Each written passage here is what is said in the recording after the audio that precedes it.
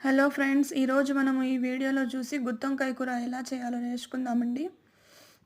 ముందుగా అయితే వీడియోలో చూపించినట్టు విధంగా ఇంగ్రీడియంట్స్ అయితే అన్నీ తీసుకోండి. అన్నీ తీసుకొని మిక్సీ జార్‌కి వేసి పేస్ట్ చేసుకోండి. పేస్ట్ చేసుకున్న తర్వాత దాంట్లో సరిపడా ధనియాల పొడి, సరిపడా ఉప్పు వేయాలి, సరిపడినంత కారం వేసుకోవాలి.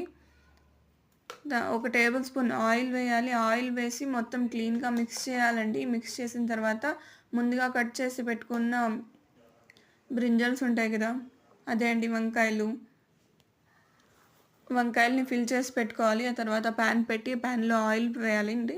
ఆయిల్ అయితే కొద్దిగా ఎక్కువగానే పడుతుంది దీనికి. ఎందుకంటే వంకాయలు బాగా ఫ్రై అయితేనే టేస్ట్‌గా ఉంటుంది.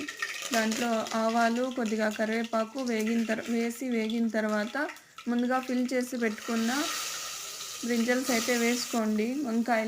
వంకాయలు మంచి గోల్డెన్ కలర్ వచ్చే వరకు వేగనివ్వాలండి.